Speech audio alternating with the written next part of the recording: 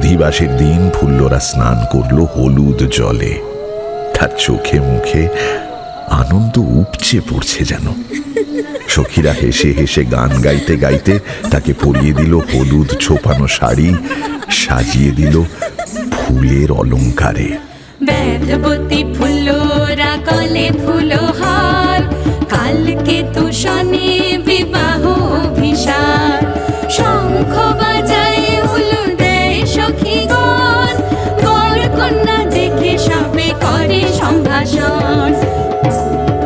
বর বেশি কালকেতু যখন ছাদনা তলায় এসে দাঁড়ালো, তখন চারদিকে হুলুস্থুল পড়ে গেল।